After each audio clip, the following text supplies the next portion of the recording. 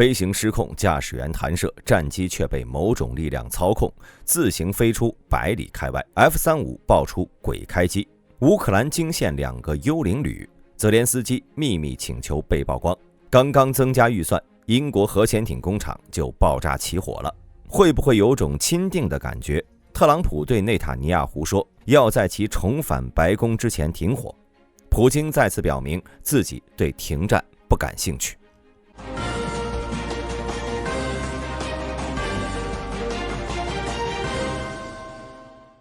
10月31号，美国第2海军陆战队飞机联队发表了一架于去年9月17号坠毁的 F-35B 调查报告，没想到却为我们揭露了一个离奇而又诡异的故事。那天下午，南卡罗来纳的天空蒙上了一层诡异的阴云，暴雨如幕般遮掩了大地，而在阴暗的天空中，一架 F-35B 战机成为了天空中不可名状的目标。调查报告没有告诉我们这位飞行员的名字，他正在努力控制着这架先进的战斗机。然而飞机上的仪器全部失效，就连头盔显示器如同被无形之手摧毁了，驾驶舱的全景显示更是像被黑暗吞噬了一般。那一刻，飞行员的世界只有暴风雨的咆哮和无尽的迷失感。这架隶属于美国海军陆战队第2航空联队VMFAT-501 攻击训练中队的 F-35B 原本正在进行例行的训练任务，没想到随着天空中无数的闪电，战机的主无线电、应答器、战术空中导航系统和仪表着陆系统一个接一个陷入沉默，犹如云层中那潮湿无比、散发着腐烂味道的鬼影，逐渐吞噬了所有的光明。飞行员试图保持冷静，但头盔显示器的频繁故障让他越发迷茫，驾驶舱的全景显示也时断时续。在他眼中，这架战机完全与外界隔绝，变成了一座孤岛。飞行员迷失在云层中，只能依靠直觉勉强维持飞行。在极度的恐慌和无助里，他找到了最后一丝生机，那就是拉动弹射手柄，将自己抛向未知。好在神还没有放弃他，弹射座椅成功启动，带他离开了那个令人窒息的地方。但随后更加令他恐惧的事情发生了，这架已经不包含任何人类已知生命体的 F-35B 并未如预期般迅速坠毁，反而像是被某种神秘力量掌控一般，逐渐消失在闪电也无法点亮的夜空里。飞机的黑匣子告诉了我们后来的事情。这架 F-35B 在没有人类操控的情况下，在空中继续飞行了11分又21秒。它在暴雨和黑暗中滑行，无人知晓它在那段时间里经历了什么，亦或是看到了什么。雷达也像是受到了某种干扰，失去了对这架战机的追踪，就仿佛它消失在了另一个世界的边界。在这期间，地上的空中交通控制人员不断尝试重新与战机取得联系，但所有尝试都如同石沉大海，没有任何回应。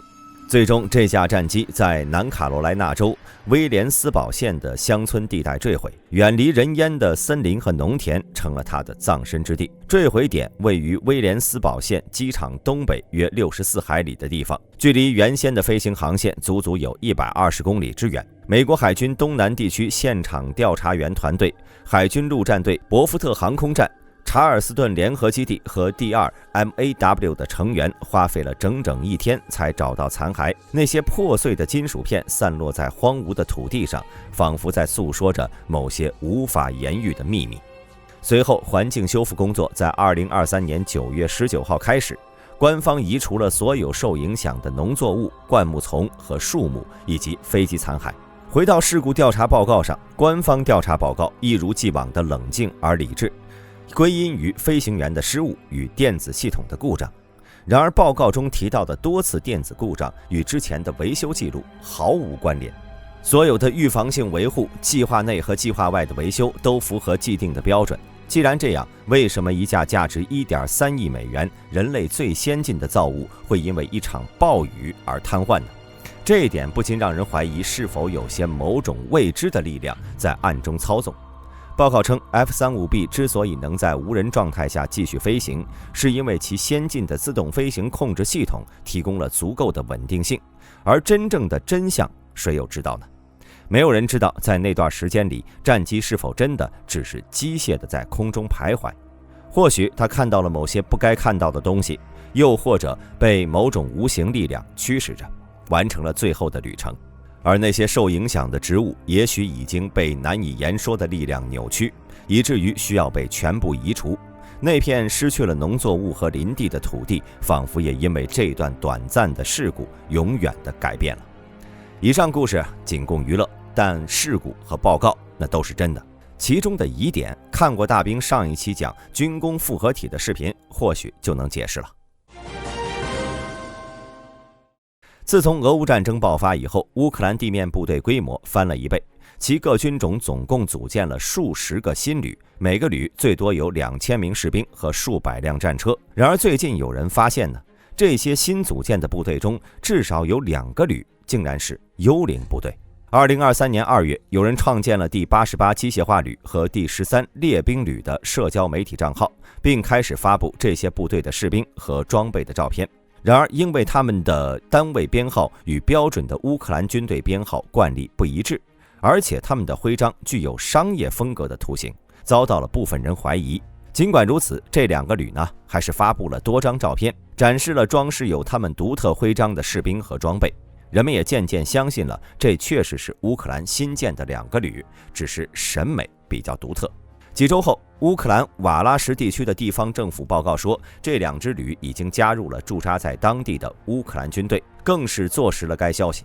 然而谁也没想到，这次消息呢，是乌克兰官方媒体首次也是唯一一次提及这些旅。一个名为 Military Land 的组织对这2支旅的存在产生了怀疑。该组织致力于追踪乌克兰地面作战力量结构。他们发现，从2023年年初以来，他们竟然从未找到过任何有关这2支部队参战的证据。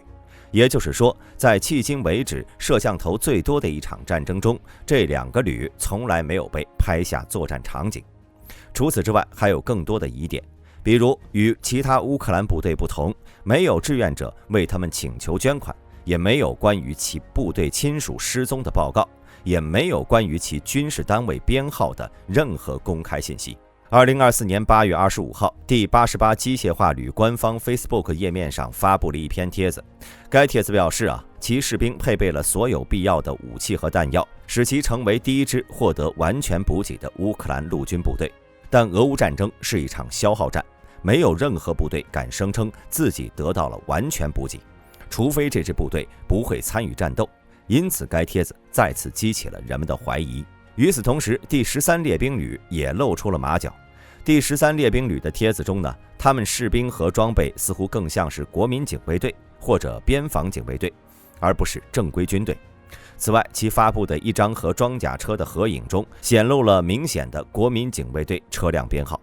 于是不久前，Military Land 向乌克兰基辅的总参谋部询问这2支部队的存在情况。结果得到的答复呢是，在乌克兰武装部队的编制中，并不存在名为第88机械化旅的单位。Military Land 得出结论，第13列兵旅也很可能并不存在。更加令人困惑的是，这2支虚构部队的幕后操控者似乎从未试图筹集资金，这让人觉得他们并不是某种精心策划的诈骗。那么他们到底是什么？机构推测，这些部队可能是一场心理战的一部分，或者是一些士兵自发组成的小分队，给自己取了这些名字。在乌克兰存在许多志愿的准军事组织，这些组织呢，大多数游离于正式的军事体系之外。有些组织在训练中希望最终能加入正规军，有些则准备在俄罗斯军队占领他们的家园时发起抵抗。这些准军事武装可能会自称为第88机械化旅或者第13列兵旅，但是这已然无法解释为什么他们要费尽心思创建虚假的社交媒体账号，并用偷来的照片去营造自己是正规军一部分的假象呢？福布斯新闻对此推出，这2支部队是一场心理战的产物，目的是为了让俄罗斯误以为乌克兰军队的力量比实际更强大。在俄乌战争中，心理战术屡见不鲜，最著名的莫过于双方都部署了要么是废旧无法操作的车辆，要么是充气模型的诱饵车辆，以此吸引敌方火力。大家对此有什么看法？也欢迎在评论区留言。纽约时报日前披露了乌克兰总统泽连斯基提出的胜利计划保密附件中包含乌克兰领导人向西方伙伴索要战斧导弹的内容。基辅独立报10月30号报道称，泽连斯基在美媒披露此事后表示了不满，称乌克兰对战斧导弹的要求属于合作伙伴之间的机密信息。但泽连斯基也确认，他已经正式向美国请求提供远程战斧导弹，以增强乌克兰打击俄罗斯关键基础设施和遏制未来进攻的能力。如果获得这些导弹，乌克兰将能够扩展打击范围，有潜力深入俄罗斯境内。泽连斯基在与北欧国家记者举行的新闻发布会上，对于这一部分内容的泄露表示，这是乌克兰和白宫之间的机密信息，我们该如何看待此事？这意味着伙伴之间不存在机密。战斧导弹是一种由美国海军研发的中程亚音速巡航导弹，具备远程打击能力，可以从舰艇或潜艇上发射，提供灵活而精确的攻击选项。该导弹长 5.55 米，可以携带454公斤的战斗部，能够投送常规弹药，且曾具备核载荷能力。多年来，战斧导弹发展出了多个变种，分别用于反舰对地攻击以及对坚固或软目标的精确打击。最新的 Block 4型具备先进功能，比如盘旋能力、飞行中重新规划路径，以及通过电光传感器进行实时战场损害评估。战斧导弹射程在1250到2500公里之间，采用涡扇发动机驱动，能够以低空飞行，从而降低被雷达发现的几率。这些特性使其成为乌克兰理想的武器，能够根据战场情况进行实时威胁响应或者任务调整。战斧导弹的远程能力大大超过了乌克兰目前拥有的系统，例如射程为300公里的 ATACMS。然而，乌克兰目前缺乏部署这些导弹的台风地面发射系统，而美国也仅有2套台风，每套包括4个发射器，因此是不太可能提供整套设备给乌克兰。不过，台风发射器基于改装设计，使用了最初为美国海军舰艇设计的通用 Mach-41垂直发射系统，并将其安装在轮式底盘上，以实现地面机动性。未来美军是否会再次进行类似改装，也仍未可知。乌克兰军事分析人士谢尔盖·库赞指出，这种远程打击能力可以帮助乌克兰平衡与俄罗斯的力量，就像俄罗斯的口径导弹一样。自从冲突开始以来，对乌克兰基础设施造成巨大破坏。此外，美国詹姆斯敦基金会的一份最新分析指出，俄境内有12个关键工厂支持其导弹产业，这些工厂距离乌克兰边境800到2400公里。专家们强调，打击这些设施需要先进的远程能力。然而，乌克兰也请求美国允许其在俄罗斯境内发动袭击，这一请求尚未得到华盛顿的批准。如果美国提供战斧导弹，尽管没有正式授权，也可能被视为对基辅深度打击俄罗斯领土的非正式许可。不过，有美国官员表示，由于在中东和亚洲的持续存量的需要，美国能够自由部署的战斧导弹的数量有限，而为了形成有效的威慑，乌克兰需要足够数量的导弹才能对俄罗斯形成足够的威胁。事实上，可能需要数十枚导弹才能建立足够的威胁能力，尤其是针对分散于俄罗斯境内的高度防御目标。即便如此，就算不能对俄形成威慑，少量的战斧导弹仅能为乌克兰提供显著的战术优势，能够对关键军事设施或者指挥中心进行精确打击，潜在地破坏俄罗斯的后勤。美国对此不置可否的主要原因，还是在于向乌克兰提供战斧导弹带来的政治影响。首先，这很可能加剧和俄罗斯的紧张关系，因为导弹的远程能力使乌克兰能够深入打击俄罗斯境内，而俄罗斯可能将此视为西方支持的重大升级，这可能导致莫斯科加大报复行动，无论是通过军事打击，还是通过针对乌克兰盟友的经济和网络手段。其次呢，这一交付将对欧洲安全和北约内部的团结产生深远影响。虽然北约盟国支持乌克兰，但像战斧这样的先进武器可能导致北约内部出现不同观点。各国需要在援助乌克兰和避免激怒俄罗斯之间寻找平衡。许多对俄保持绥靖态度的国家，甚至主张通过外交手段避免升级，以保障自身安全。如果美国提供战斧，就可能成为一个先例，迫使北约国家提供类似的系统。例如德国的金牛座导弹，以保持联盟的一致性。然而，因为一些成员国对允许攻击俄境内持谨慎态度，这一行为会加大北约内部的分歧。英国财政大臣雷切尔·里弗斯近日宣布，英国将在未来1年内增加约29亿英镑的国防预算，使国防开支占国内 GDP 的比例提升至 2.5%。里弗斯还承诺，英国每年将继续向乌克兰提供30亿英镑援助，这一举措是为了缓解当前的财政压力。但里弗斯警告，未来的重大军事项目可能面临削减的风险。与此同时，英国国防大臣希利认为，尽管军队基本上为军事行动做好了准备，但在真正的作战方面，尚未具备充足的能力来应对可能的敌对行动。英国武装部队的状况甚至比他上任之前预想的更糟糕。此外，首相斯塔默也提到，希望将国防开支占 GDP 的比例从 2.3% 提到 2.5%， 但具体实现时间仍未明确。另据英国《泰晤士报》报道，英国坎布里亚郡的德文郡船坞发生了一场火灾。德文郡船坞是机敏级和无畏级潜艇的生产地。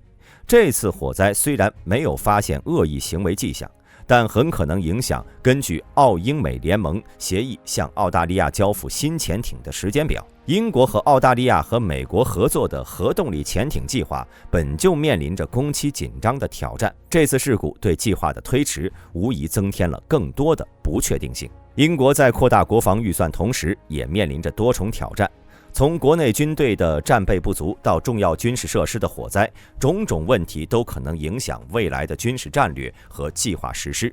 这使得英国国防开支增加的同时，能否真正提升防御能力成为一个急需解决的课题。据报道，美国前总统及共和党总统候选人特朗普已经要求以色列总理内塔尼亚胡在明年1月特朗普重返白宫之前解决加沙冲突。消息人士透露，特朗普在今年7月与内塔尼亚胡会面时首次提出了这一请求，并表示如果他胜算，希望以色列在他就职前完成加沙的战斗，并解救被劫持的人质。消息人士还指出，特朗普多次公开敦促以色列迅速结束加沙的冲突，并支持以色列的所有军事行动。他同时批评现任总统拜登的政策，认为其限制了以色列对伊朗的报复行动。他还威胁哈马斯立刻释放被扣押的美国人质，否则将面临严重后果。此外，以色列国内也在讨论战后如何控制加沙问题。内塔尼亚胡政府则明确反对巴勒斯坦权力机构参与政治，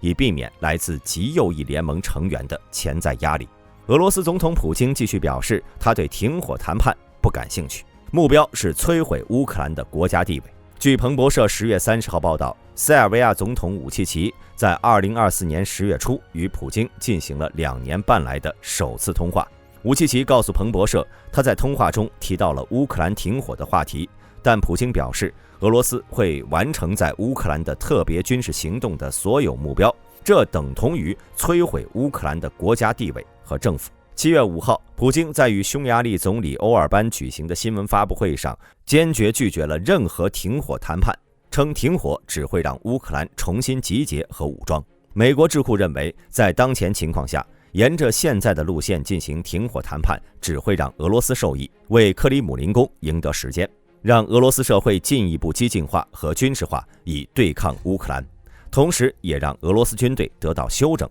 可能为未来再次攻击乌克兰做准备。好了，本期视频到此结束，欢迎各位在评论区留言讨论。我是大兵，我们下期再见。